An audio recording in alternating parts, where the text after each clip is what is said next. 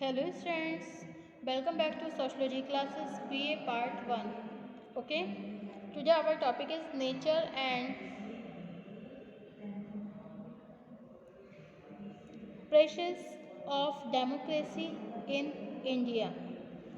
Okay, आज का topic है हमारा भारत में लोकतंत्र की प्रकृति एवं आधार. Okay student, so without wasting much time we should start this video on this topic. Okay. एक संस्था के रूप में भारतीय लोकतंत्र की संपूर्ण संरचना का आधार यहाँ संविधान है. ओके, जो भारतीय लोकतंत्र की संपूर्ण संरचना का जो आधार है वो यहाँ का संविधान होता है, जो पूरे भारत में 26 जनवरी 1950 से लागू है. पूरे भारत में 26 जनवरी सन 1950 से लागू है. यह संविधान एक ऐसा दस्तावेज है जो सरकार की शक्तियों और कर्तव्यों को स्पष्ट करने के साथ ही देश के प्रत्येक नागरिक को कुछ विशेष अधिकार भी देता है. इसके आधार पर भारतीय लोकतंत्र की प्रकृति को निम्नलिखित आधारों पर समझा जा सकता है. Okay, so there are some points of nature and faces of democracy in India. Number 1 points है इसमें पार्लियामेंट्री सिस्टम. सेकेंड पॉइंट है federal structure and third point है डेमोक्रेटिक डिसेंट्रलाइजेशंस एंड फोर्थ है secularism and fifth social justice freedom and equality. Okay, and next point है multi party system. So these are all points of nature and phases of democracy in India. Number 1 parliamentary system, संसदीय व्यवस्था. Okay, Bharat के संविधान में भारत को एक संसदीय लोकतंत्र घोषित किया गया. लोकतंत्र में राज्य का संचालन अथवा शासन का कार्य जनता द्वारा चुने गए उन प्रतिनिधियों द्वारा होता है जो जनता के प्रति उत्तरदायी होते हैं. देश के प्रत्येक वयस्क नागरिक को धर्म, वंश, जाति या लिंग के भेदभाव के बिना अपने प्रतिनिधि को चुनने का अधिकार है. प्रत्येक 5 वर्ष बाद होने वाले चुनाव में किसी भी राजनीतिक प्रतिनिधि को सत्ता से अलग किया जा सकता है. भारत आज संसार का सबसे बड़ा लोकतांत्रिक राज्य है. ओके, हमारे देश में लोकतांत्रिक व्यवस्था का रूप संसदीय है. यह वे व्यवस्था है जिसमें राज्य की संपूर्ण शक्ति संसद के पास रहती है. संसद वह सर्वोच्च केंद्रीय विधायिका है जिसका निर्माण जनता द्वारा चुने गए प्रतिनिधियों से होता है. भारत की संसदीय प्रणाली 2 सदनों में विभाजित है. नंबर 1 है लोकसभा और सेकंड है राज्यसभा. लोकसभा के सभी सदस्य जनता द्वारा निर्वाचित होते हैं, जबकि राज्यसभा के सदस्यों में कुछ का निर्वाचन विशिष्ट क्षेत्रों से होता है एवं विभिन्न आधारों पर कुछ सदस्यों को नामित किया जाता है. लोकसभा में जिस राजनीतिक दल के सदस्य बहुमत में होते हैं उस दल के नेता को प्रधानमंत्री का पद मिलता है. प्रधानमंत्री द्वारा ही अपनी मंत्रिपरिषद का गठन किया जाता है.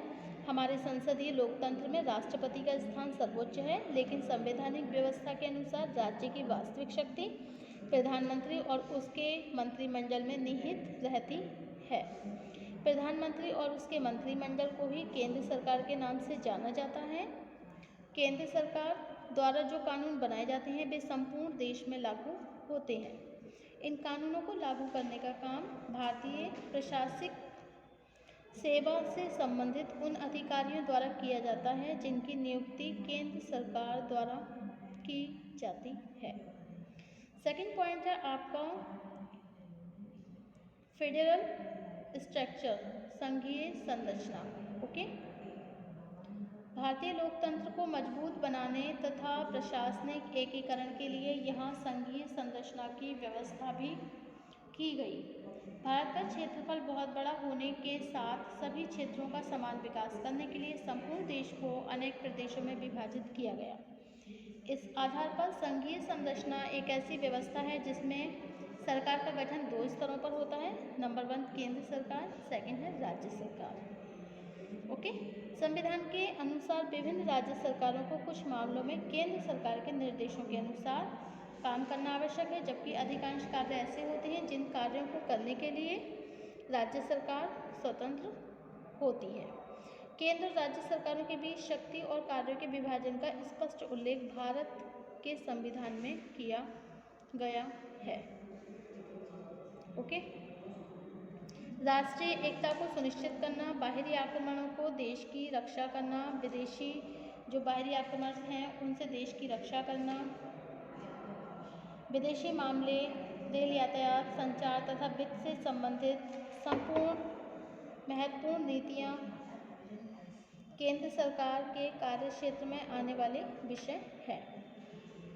सभी राज्य सरकारों को अपनी अपनी सीमाओं के अंदर शांति तथा व्यवस्था बनाए रखने के अतिरिक्त ग्रामीण और नगरीय विकास, कृषि, स्वास्थ्य, शिक्षा, व्यापार तथा अनेक दूसरे क्षेत्र में विकास से संबंधित कार्य करने का पूरा अधिकार है।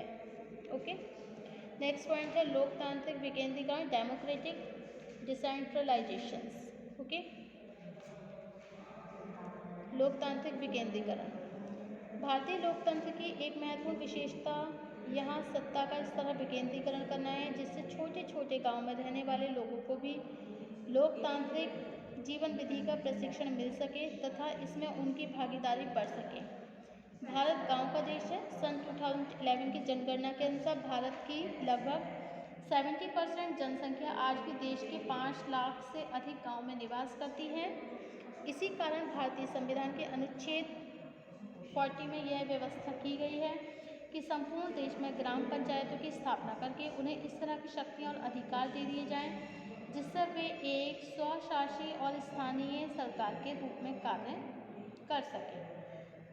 ओके, हमारी लोकतांत्रिक व्यवस्था में स्वतंत्रता के तुरंत बाद वे ग्राम पंचायतों की स्थापना का कार्य शुरू हो चुका था।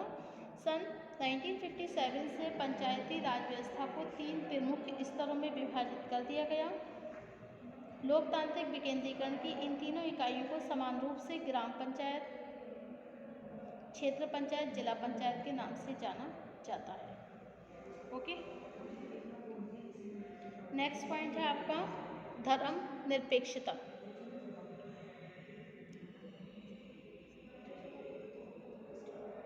सेक्युलरिज्म भारतीय संविधान की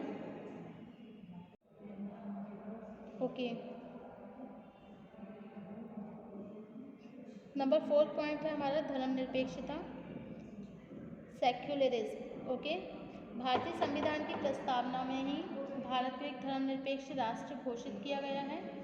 शाब्दिक रूप से निरपेक्षता का अर्थ है तटस्थता अथवा समानता पर दृष्टिकोण। इस प्रकार धर्मनिरपेक्षता का तात्पर्य सभी धर्मों के प्रति राज्य के समान दृष्टिकोण से है। भारत एक ऐसा लोकतंत्र है जिसमें देश के सभी नागरिक अपनी इच्छा से किसी भी धर्म को मानने और उसके विश्वासों के अनुसार व्यवहार करने के लिए स्वतंत्र हैं। यह वो व्यवस्था है जो धार्मिक सहिष्णुता, समानता और भाईचारे की नीति पर आधारित है। भारतीय लोकतंत्र में धर्मनिरपेक्षता को प्रोत्साहन देने के लिए शिक्षा को एक ऐसा रूप दिया गया जिससे सभी धर्मों को मानने वाले लोग एक दूसरे के समीप आ सके। देश में धार्मिक आधार पर जो लोग अल्पसंख्यक समुदाय में हैं उन्हें विशेष संरक्षण देने और उनका विकास करने के प्रयत्न किए गए हैं। भारतीय लोकतंत्र का इसी विशेषता के कारण यहाँ सभी धार्मिक समुदाय अपने आप को सुरक्षित महसूस करते हैं तथा वे एक राष्ट्र की मुख्य धारा से संबंधित है।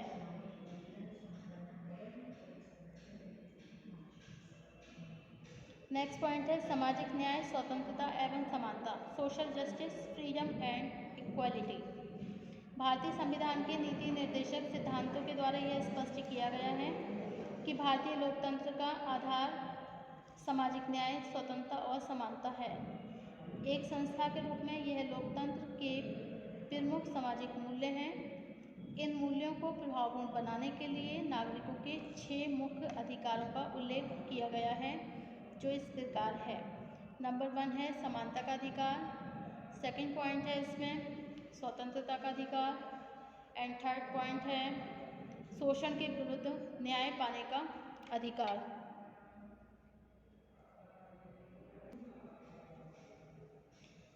नंबर 4 पॉइंट है धार्मिक स्वतंत्रता का अधिकार, एंड 5th पॉइंट है आपका शिक्षा का अधिकार, एंड नंबर 6 है संविधान द्वारा प्राप्त सुविधाओं को प्राप्त करने का अधिकार। ओके, नेक्स्ट पॉइंट है multi party system. Multi party system बहुदलीय प्रणाली। ओके, एक संस्था के रूप में लोकतंत्र को प्रभावपूर्ण बनाने तथा जनसाधारण में राजनीतिक चेतना विकसित करने में राजनीतिक दलों की भूमिका महत्वपूर्ण होती है। भारत में स्वतंत्रता से पहले एक भारतीय राष्ट्रीय कांग्रेस एक राजनीतिक दल न होकर केवल एक ऐसा संगठन है जिसका उद्देश्य स्वतंत्रता आंदोलन को प्रभावपूर्ण बनाना था। सन 1924 में यहाँ कम्युनिस्ट पार्टी ऑफ इंडिया की स्थापना भी हुई, लेकिन इसका कार्यक्षेत्र बहुत सीमित था। धर्म के आधार पर यहाँ मुस्लिम लीग, हिंदू महासभा तथा श्रोमणी अकाली दल की भी स्थापना हुई, लेकिन इसकी कोई विशेष पहचान नहीं बन सकी। ओके,